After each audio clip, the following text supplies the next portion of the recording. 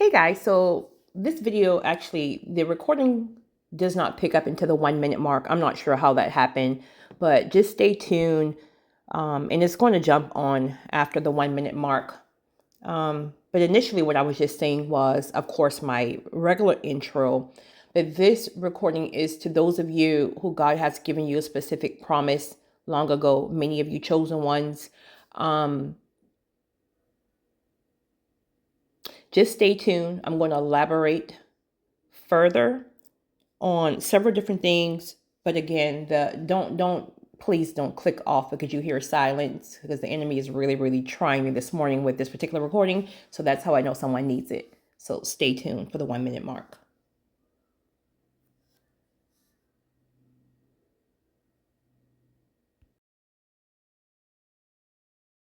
On a different day, but he told you to keep that promise to yourself. Okay. As time went on, you started to feel like, why did I get this promise at 15 years old? Why did I get this promise at 20 years old, at 30 years? Like, why did I get this promise, but it never manifested in the physical realm, yet it's still in my spirit? In fact, if it came from God, all caps, if that promise came from God, it's still current day in your spirit if it has not manifested yet. Now stay with me because things took a twist, and that's why a lot of you guys have kind of went to the left, right? You swerved in some kind of different kind of lane, but I'm about to pull you back in really quickly, right? Because you swerve, and I get it. There's different reasons on why you guys have swerved. We have swerved, and we'll talk about that as well. But the point is, if that promise is still in your spirit, and let me be clear, it's not ignited, right? Some of you are starting to feel that passion coming back for it like initially, but many of us, that fire has went out, but it's still lit, if that makes sense. All right, so throughout time, right, at the beginning, even maybe at the middle, you were very passionate about this promise, because again, it was so heavy in your spirit. It's almost like you couldn't do anything else. It's almost like in fact, you wanted to do something. You wanted to try something else because it was just too heavy in your spirit. And then because you couldn't see the manifestation of it, you wanted to try to distract yourself from it. In fact, many of you have asked God to even take the promise from you. Take the desire, not the promise, I'm sorry. Take the desire from you at some point. If, all caps, if it was not from him. And he didn't take it. Or that desire may have subsided for a short period of time, and then it found it, we're right back. So no matter what you did, no matter if you went to a new job, right? Somehow that desire came back. Even if you married somebody, well, let me stay with marriage. Even if you got into a relationship with somebody else, right? And it was a whole counterfeit, that desire came right back at some point. Right? Even if it was a certain ministry that God told you, okay, your ministry is going to be children, right? Your ministry is going to be children, but nothing was manifesting. You couldn't get the daycare, or you couldn't get the X, Y, and Z. So you figure you would jump on with one of your best friends because they had a ministry in serving the homeless. And so you found fulfillment in that area, right? But really it was just a distraction because you got tired of waiting, and you got tired of that feeling and nothing manifesting. In fact, you got to the point where you started to even question if it was God.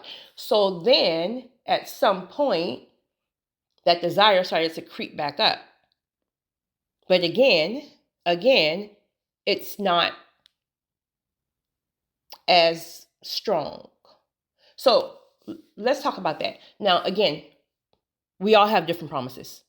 Seriously, it's different promises. For some people, it's kingdom currency, right? Which is going to be current money that you're going to receive to do kingdom missions with whenever God releases it or tells you how to do it with these wealth transfers. For some people, it's a spouse. For some people, it's ministry. For some people, it's whatever, right? We all were given different promises.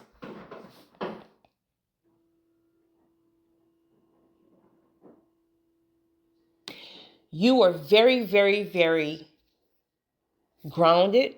You were very, very disciplined.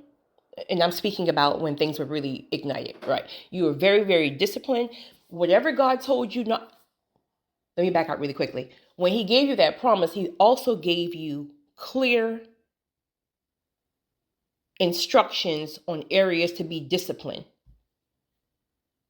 So he gave you the promise, but he also gave you, okay, I'm going to give you strength not to do this anymore. I'm going to give you strength to cut this off. I'm going to give you strength. And you are not to pick it back up, right? You are to stick. So you were given specific instructions, and those instructions are literally designed to help you maintain and manage and sustain the promise once it's released. But many of us we went back. So many of us are out of alignment right now. You can listen. I only deal with transparent people. I don't care if it's a pastor, give me transparent all day long. That's how you reach people on the real. When you're perfect, holy, act like your life is perfect. You don't sin. You don't have thoughts. How are you going to reach anybody? Kizzy, back on topic. So a lot of us are out of alignment right now. We're out of alignment, but don't get it twisted because we're getting tapped. Oh, we're getting nudged. Oh, we're getting convicted. We're getting downloads to get our behinds back on track. Like seriously, right? The question is, are you going to respond to that conviction? But here's the crazy part. The distractions, the counterfeits already got so good that, listen, it's like I moved on.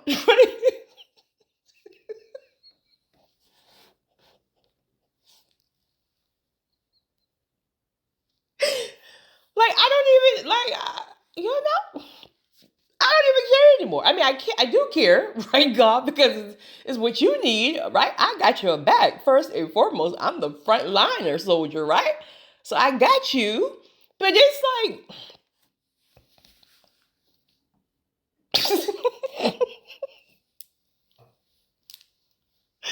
Kizzy, okay.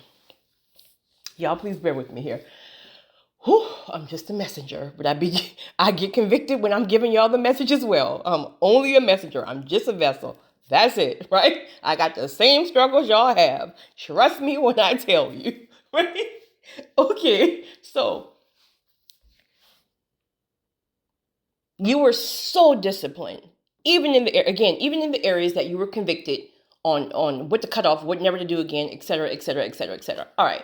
And in fact, you were doing, honey, you had your notepad checking off, highlighting all your to-do stuff, honey. Everything God told you to do, you did. You went to counseling, right? You got your credit together. You got this together, that together. Like you did it all.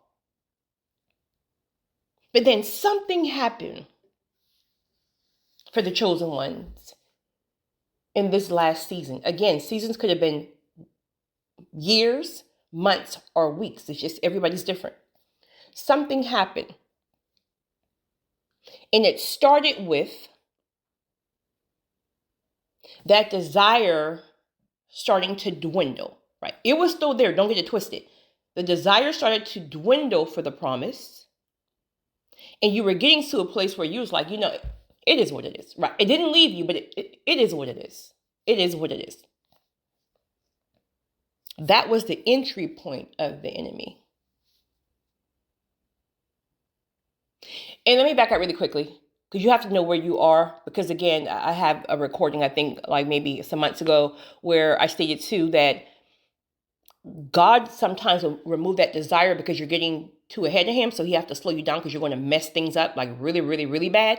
So sometimes he'll pull that desire back. And for some of you, this is why the desire keeps going and coming, because you haven't found that pace yet with God. And that pace is truly at a place of surrender where truly and I mean truly, because I've said I've surrendered 1,000 times, honey, and had my hands on it 1,000 times, but no more. Surrender is truly when your hands is completely up off of it. You've released it and you truly don't even think about it. You don't search for it. It is what it is. In fact, you've moved on. But when God comes back and say, all right, move now. That's proper alignment. Even those of you who lag behind God because maybe your own fear, and no judgment there, right? Because we all got our stuff. Like fear just, I'm not gonna say I don't have fear, but I'm just adamant about pushing past it and stepping in it because then I know it subsides. But I got my stuff, right? We all have our stuff that will cause us to lag behind God, right? You procrastinators, things like that.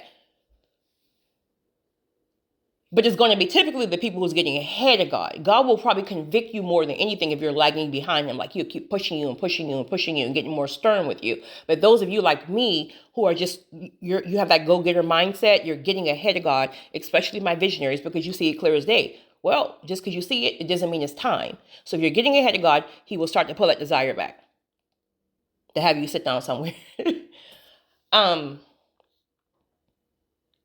So the enemy started to pull that desire back. And then what happened? Boom. Major attacks. Major attacks. I'm not speaking about you broke your toe, right? Respectfully, if somebody broke their toe, right? I don't want to like dismiss your pain and agony here, right? But major attacks. I'm talking about job losses, right? And you're 85, honey. That was the one job that you just knew you, right? Job losses. A child in prison, not jail, but prison. That looked like a marriage that fell apart with major betrayal. That looked like grief. That looked like, who knows, health issues. Major attacks.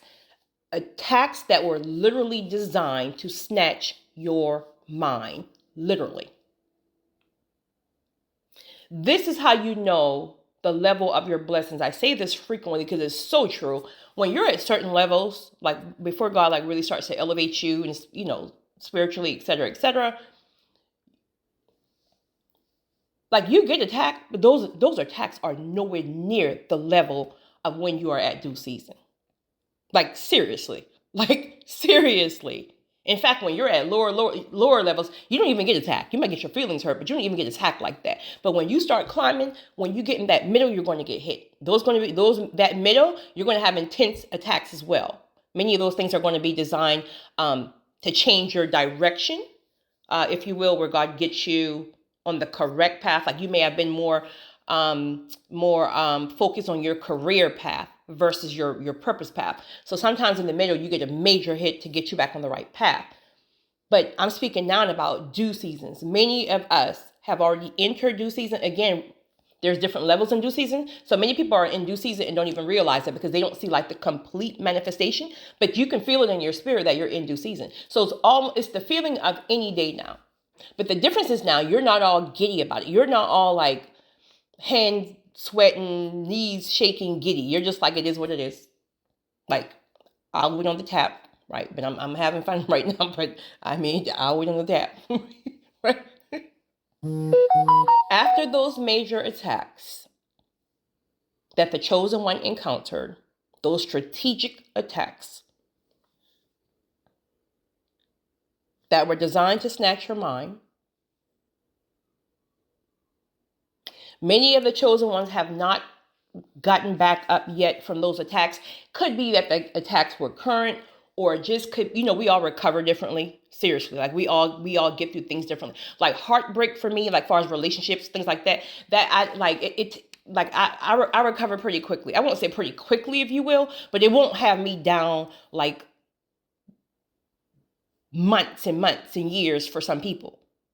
Right? Some people love really, really hard. My spirit is pinging right now. So I think somebody's listening who's going through this. But some people love really, really, really, really hard. Some people grieve really, really, really hard. Where that on the flip side, the person who loves hard may not grieve hard. They see it as maybe a blessing. So we all got hit differently, but the enemy gave you a strategic hit where it affects you the most.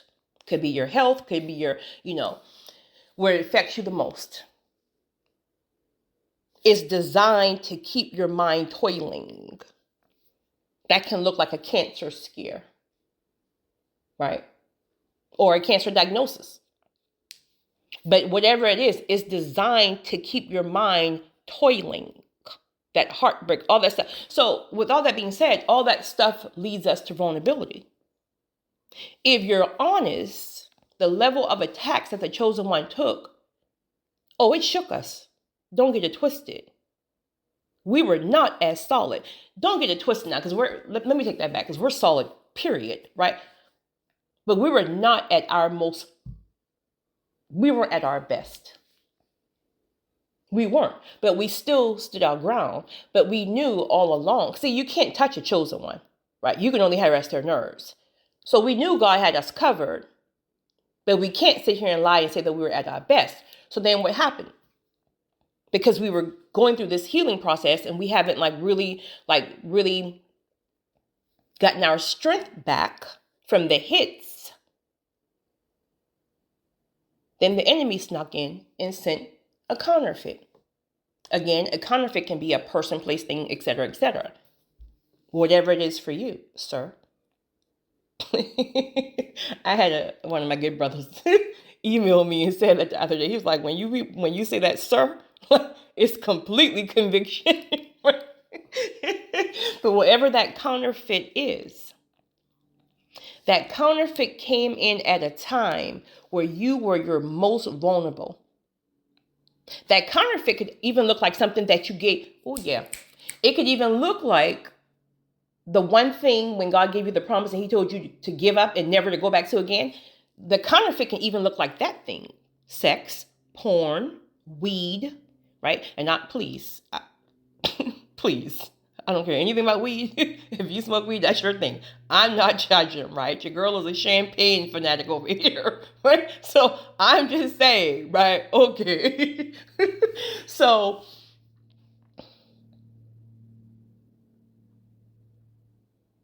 the vulnerable space allows you to pick it back up or to allow that counterfeit in. And because, see, this is the tricky part. Because God gave you the promise and because God made it so clear and God didn't let you go left or right, you had to stay on this path. And now when that hit came, you felt like God failed you.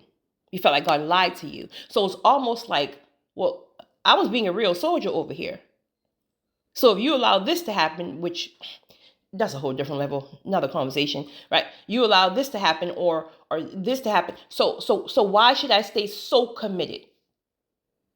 When truth of the matter is the counterfeit of whatever that may be feels more safe. Because I was doing it the right way over here and I wasn't even safe. So you thought. And I wasn't even safe. But the counterfeit feels more safe. So I don't have to stay tapped in, which is extremely difficult because it requires a lot of discipline, right? I don't have to stay tapping anymore. I don't have to think about the fact that he cheated, she cheated. The job let me go when I was so loyal to these nuts, right? When my loved one passed away, when I thought I conquered this crack addiction and so I might as well just stay over here. Okay. Now keep in mind, counterfeits are designed to distract you. That's what counterfeits are about, right? The enemy sends counterfeits to distract you. Here is the issue. The counterfeits are not always a bad thing. It may not be crack. It may, if any recovering crackheads are listening, listen guys, I promise you, you guys know I'm very, very honest, very transparent. I don't judge nothing because I know we all have a different kind of struggle. So when I say crackheads, I pray that I don't have a crackhead or a recovering crack addict, sounds better, recovering crack addict, listening to take offense to when I say crackheads. Because sometimes I say meth heads too. I feel like I'm going on a rabbit hole here.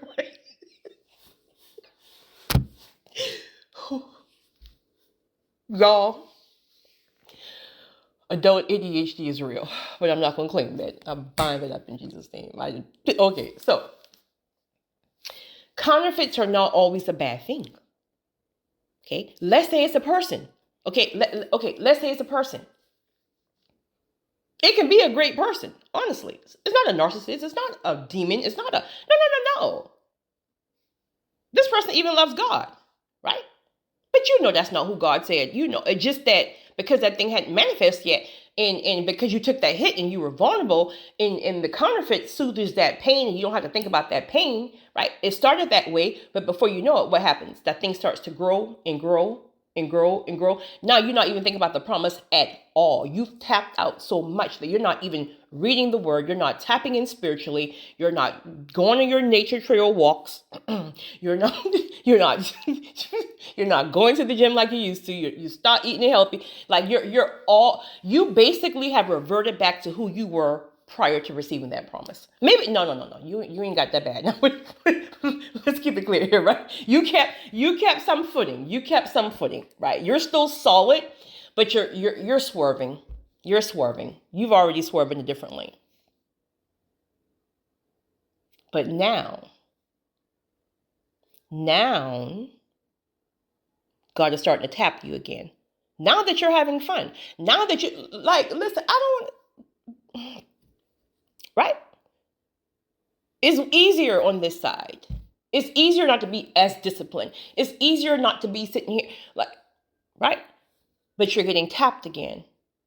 And granted, it's not even that very strong, profound, passionate type of feeling, but you're getting nudged again. First of all, before you even get nudged again about the promise, you're going to get nudged again about and convicted about whatever you done swerve on, and whatever you're doing, you're getting convictions there first, right? And then he's bringing, or he may bring it at the same time. Who am I to say? But he's also bringing back convictions about the promise. And you're kind of like, it's been 25 years now. Like, because it never left your spirit. It was silence. See, in that process, the same way you got hit and you were dealing with your own storms and your own lack of disciplines, don't you think the same thing could have been going on the other side of the promise? Just because God gave us a promise, it's not a one-side deal. Like, it's stuff from both sides. Like, for example, this is coming up in my spirit now. The stuff that's going on in Hollywood right now, right? The stuff that's going on in, we won't call any names, but major platforms and major churches and things like that. Like, sometimes God has to work things out on the other side before he slides you in. So the promise was, right? Maybe he told you would be a big time pastor, a big time, motivational speaker, whatever the promise is. I'm just making an example here, right? So while you got your stuff going on, he's working on you and dealing with you and your own attacks and stuff. He's over here moving other people out of the way because the shift is here. Good versus evil, right? The exposure. So all that stuff got to be worked out too. But because now he's working things out on both sides, he's now coming back alerting you like, okay, listen, I'm cleaning things up over here.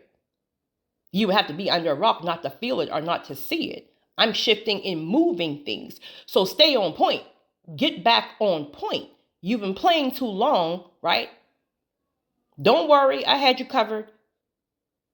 But I'm nudging you because you're going to miss it because you're having too much fun here. And you're not even paying attention to the convictions anymore. It's obedience over emotions. So now when I go to move these things and these people and these wicked this and this stuff out of the way, and now the promise that I told you 20 years ago is ready, you over here with a soul tie.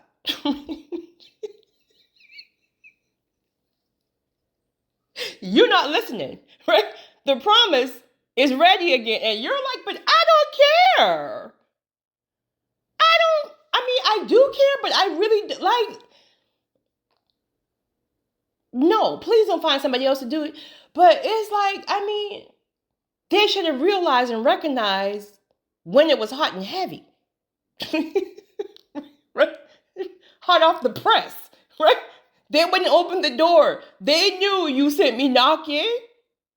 They knew that I would have been the best person on the team. Like, they knew I would have took that business and excel it to the next level, right?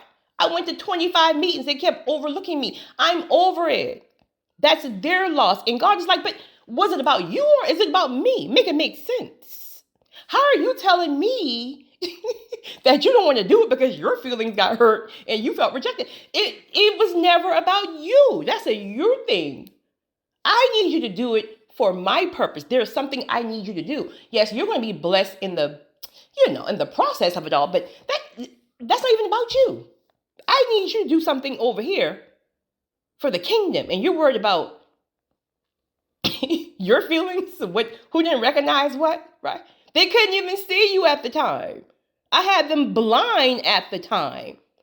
I've removed the blinders. I've tripped them up. They had their own storms. I had to snatch things away from them. They're on their face. They had a hospital stay. That person left them, right? I had to shake them up. I had to hurt them. So I had work to do the same way I'm helping you fight these storms and these attacks on this side. But now I'm coming back telling you it's ready. I'm trying to tap you and say, all right, get back in motion. And you telling me, find somebody else to do it. Do you really want me to find somebody? No, please. Say no more. Say no more. Say no. What I need to do? Let your girl know. Okay. Change my number.